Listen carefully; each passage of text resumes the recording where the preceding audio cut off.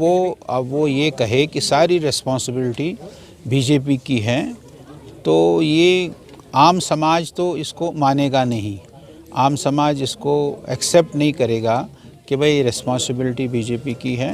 एक हादसा हुआ, दर्दनाक हादसा हुआ पुलवामा का, और वो हादसा जिन्होंने कराया है वो भी आइडेंटिफाई हो गए, उन्होंने माना भी।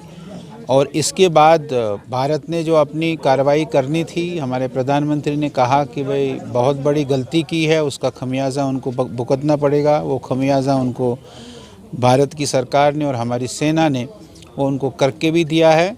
अब ये उसमें से कुछ चीज़ें निकालने की कोशिश कर रहे हैं। मुझे नहीं लगता है कि देश का समाज और विशेषकर कश्मीर, जम्मू कश्मीर का समाज अब इतना बेवकूफ़ है वो इनकी बातों में आएगा।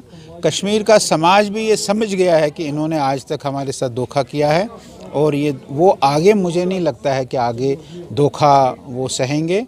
और उनके सामने आज भारतीय जनता पार्टी विकल्प है, और बहुत बड़ी संख्या में भारतीय जनता पार्टी के पक्ष में लोग आ रहे हैं। सेपरेटिस्ट पे बैन लगी है, तो बीजेपी का क्या स्टैंड है? नहीं, सेपरेटिस्ट पर बैन लगाने का काम तो होम मिनिस्ट्री ने किया है।